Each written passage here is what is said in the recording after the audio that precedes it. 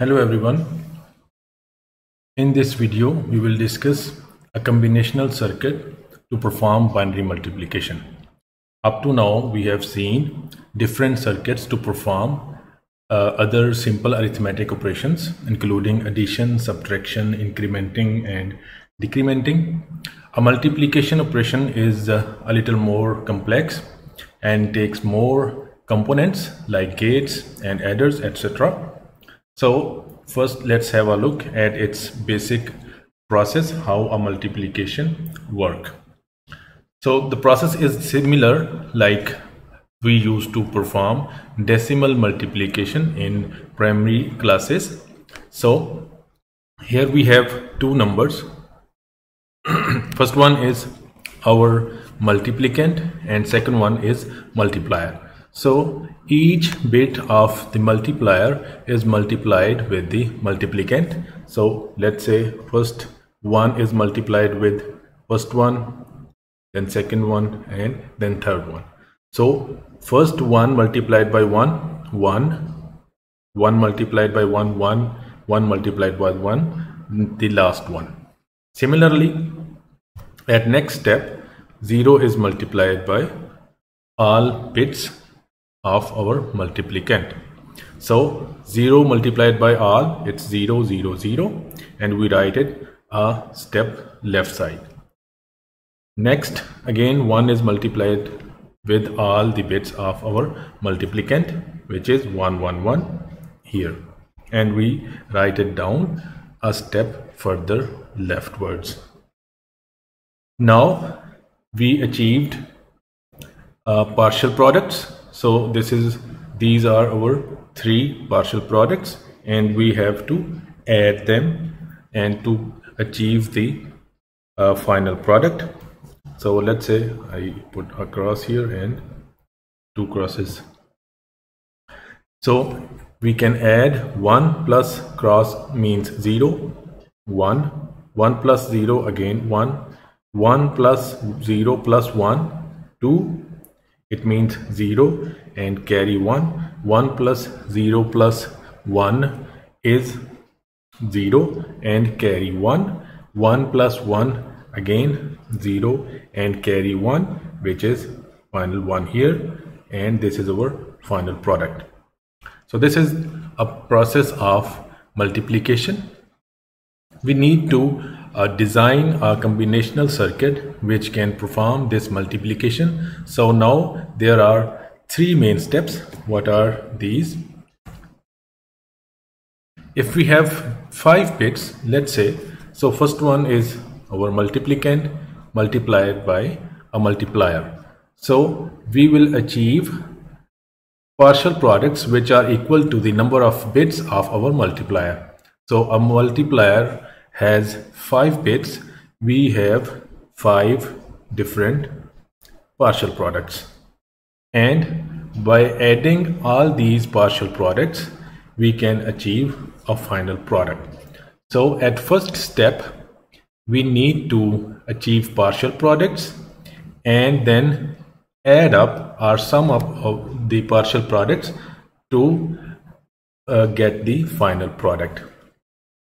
So how to achieve partial products? So more generally, let's say we have two numbers b and a. So b is our multiplicand, it has 2 bits, b0 and b1, and a is our multiplier, it has 2 bits, a0 and a1. a0 is least significant and a1 is most significant. Let's first have a look at the truth table here in the bottom. So if we are about to multiply two numbers, a multiplied by b is equal to, so let's say 0 multiplied by 0 is equal to 0, and 0 multiplied by 1 is again 0, 1 multiplied by 0 is 0, and finally 1 multiplied by 1 is 1, and this is actually a truth table of a AND logic gate. So in the binary number system, we have only 2 bits, which are 0 or 1. So 0 can be multiplied by 0 or 1, and a 1 can be multiplied by again 0 or 1. No other possibilities. So we have these 4 possibilities by multiplying binary numbers or binary bits.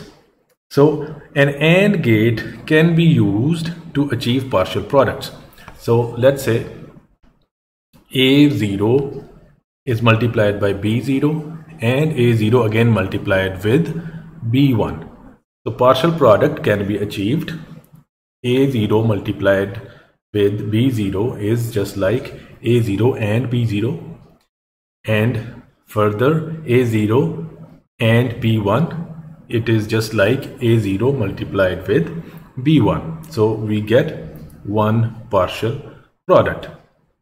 Similarly, A1 is multiplied by B0, it's A1 and B1. So the answer is just our multiplication, and A1 and B1 is equal to A1 multiplied by B1. So this is our second partial product. Let's say I say one partial product and second partial product, and we sum up these partial products just like our binary addition. We get our final product, and number is like P. So 0, 1, 2, 3 represent the least significant bit to most significant bit, as we are using this convention throughout this course. So now partial products can be achieved by designing or implementing using AND gates, and for summation we can use adders, and we already know there are we can achieve, let's say we can use 4-bit adder. A 4-bit adder takes 2 4-bit binary numbers and produces sum and final carry out.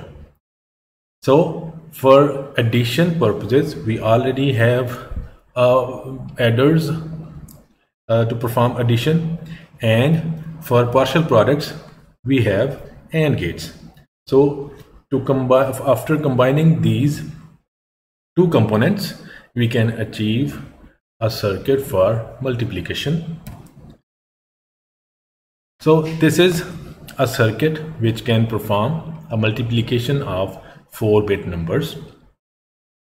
In this example, we have a multiplicand B, which is multiplied by a multiplier, that is A. So it is actually B3, B2, B1 and B0, our multiplicand, and multiplier is A2, A1 and A0. So at first level, or at first step, we have to achieve partial products, and partial products can be achieved by using AND gates. So the example here in the right bottom is just for a reference whether we are doing proper multiplication or not. So at first level, we have to achieve partial product for A0, and A0 will be multiplied with B0, B1, B2 and B3 by using AND gates. So let's have a look here. A0, and in our case A is equal to A0, A1, A2, which is 1, 0, 1. So A0 is 1 and it is being ANDed with all B bits. So first one is ANDed with B0, then B1, B2 and B3, and here is our first partial product. So as we see here, we write or we add the first bit as it is, because all other are written a step left side. So similarly, B0 is being ANDed with A0 and it is written as it is as C 0 over sum. Okay, now the second partial product is achieved by multiplying A1 with all other B bits. So A1 is actually 0 and it is being added with all B bits, and answer is again 0. So now we have to add first two partial products. This is our 4-bit adder, a circuit. It takes 4 bits, 3 bits from first partial product, and we attach 0 to fill the 4th bit. Now we have to add these 4 bits and these 4 bits by using a 4-bit adder. So it can be a simple ripple carry adder, or it can be a carry lookhead or lookhead carry adder. So we are not going into details. It's a simple 4-bit adder. So it adds and produces a sum. Let's say this is our sum bits, and this is carry bit, the 5th one from our full adder. Now we have added our first two partial products and have to add the result with the third partial product. Third partial product can be achieved by multiplying A2 with all bits of number B. So it is 1. So it just returns B bits. So if B is 0, then 0. So B0 and A0. A2, sorry, B1 and with 1, B2 and with 1, B3 and with 1, as A2 is 1. So this is our partial product number 3, and from here we are achieving its sum. So at this step, the least significant bit of second partial product or sum of two first partial products is written as is, and 0 is being included for sum in the final adder. So now at this step, this 4-bit adder adds these two 4-bit numbers and produces a sum and a final C6 as a carry out. Now the answer is in 6 bits. So the process is similar, which we use to multiply different numbers in decimal or binary. So let's have a look again. First partial product is achieved by using AND gates from A0. Here it is. Then second one with A0. First half adder, first 4-bit adder adds these two partial products, and third one achieves third partial product and adds with the sum of first two partial products and produces a final result. Now we have used two 4-bit carry adders. As we know that we can add two 4-bit numbers if we implement an other adder which can add 3 numbers, then we can use simple one. But here we have to attach two 4-bit adders. For example, if we have 3 partial products, then we use 2 adders. If we have 5 partial products, then we have to attach 4 adders. So if we have n partial products, then n minus 1 4-bit adders in this case. Okay, so let's move forward. This is a special case of multiplication. If our multiplier can be written as power of 2. Now if for I is equal to 0, multiply by a number equal to 2 raised power I. So let's say 2 raised power can be 0, 2 raised power 1, 2 raised power 3, 2 raised power 3, and so on. So for 2 raised power 0 is equal to 1, 2, 4, 8, 16 and so on. If our multiplier is any one of these numbers which can be written in 2's exponent, then we can achieve multiplication by shift operation.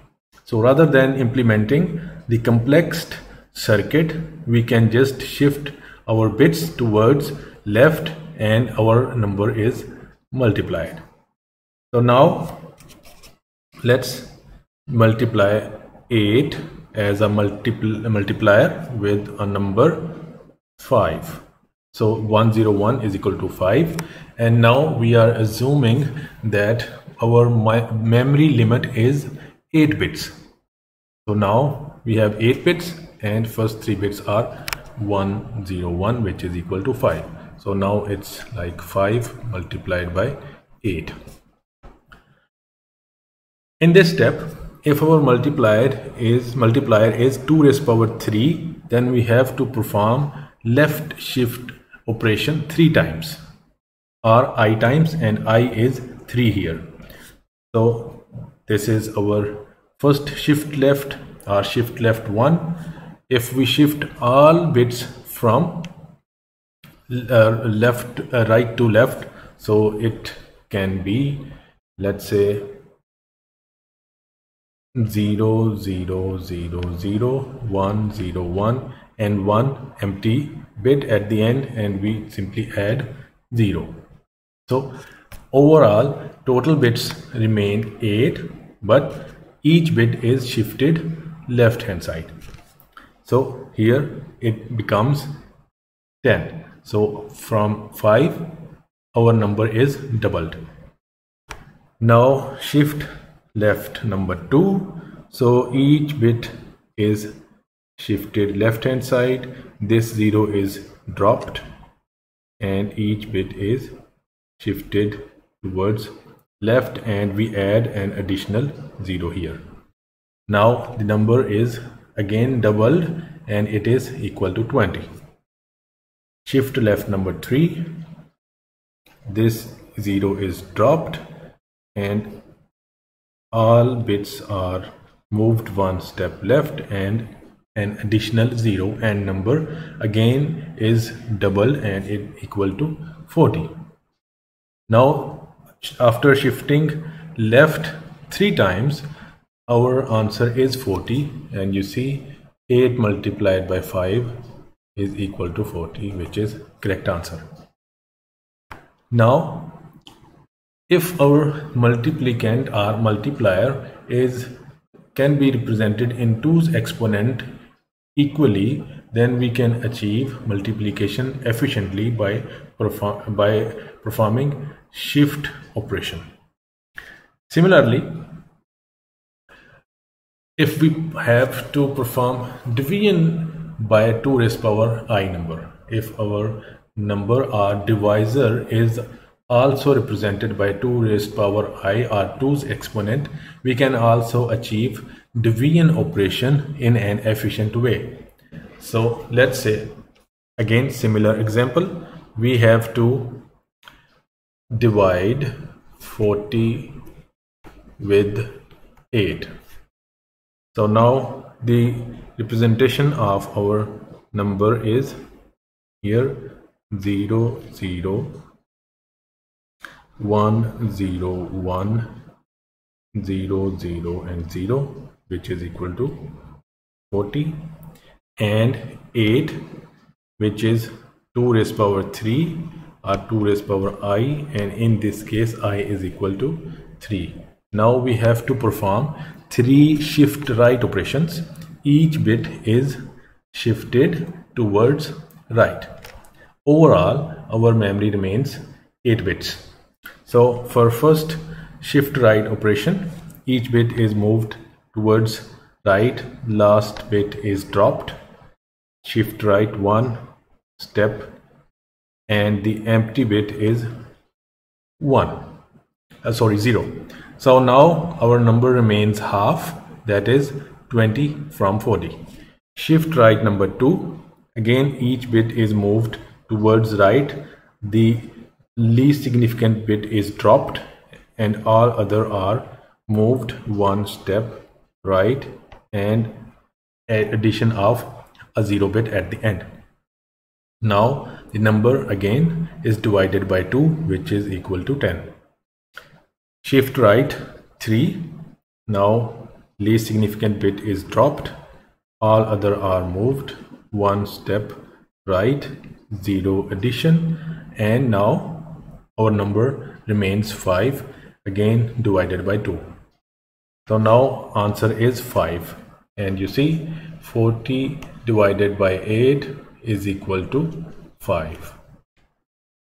Now it's pretty simple and easy, but if we want to design a combinational circuit to perform division, so it won't be that simple or easy. So for actual implementation in the digital systems, a division is achieved by using different division algorithms. But if our divisor or our number can be represented in 2's exponent, then division is pretty simple by performing shift right operations. So that's it from multiplication and division. Bye.